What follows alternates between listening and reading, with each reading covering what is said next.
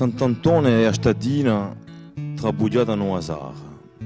Si sente ogni schila ladina di avanda per istrada, che montagna sta confina come udane così cara.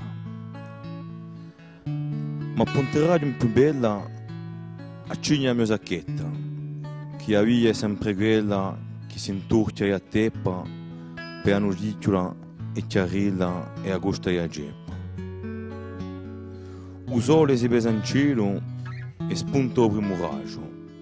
Pare un discreto candelo che schiarisce il paesaggio, barchendo a campo di melo i stipoli con chiaraggio. Un gadaraggio si franca mezza di nebari e firle, di raule a galanca, lattulina e baulille, mentre chi tende a spalanca e sue vole più belle.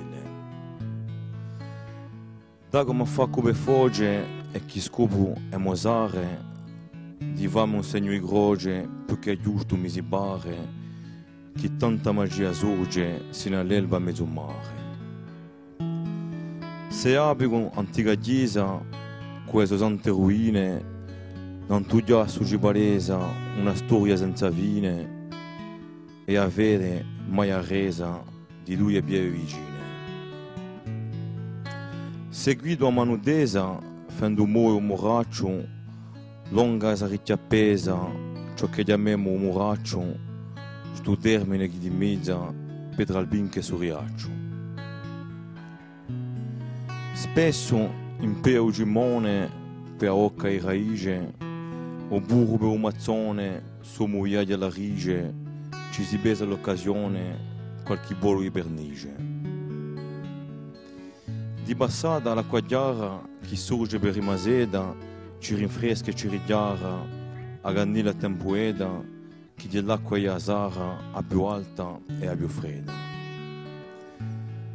A occa i vandili, quasi maccati a mezzo, fra si rigori compiti e con lugare che pregio, potrò a passi speidi, ansecca e isomereti.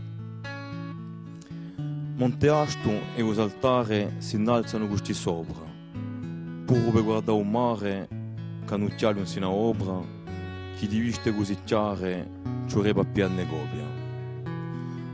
Guardo su nieghi e penso d'ogni scuro mi innamoro, Capigurso San Fiorenzo, Balagna a Concaoro, due uderagni immenso con fineglia e legoro.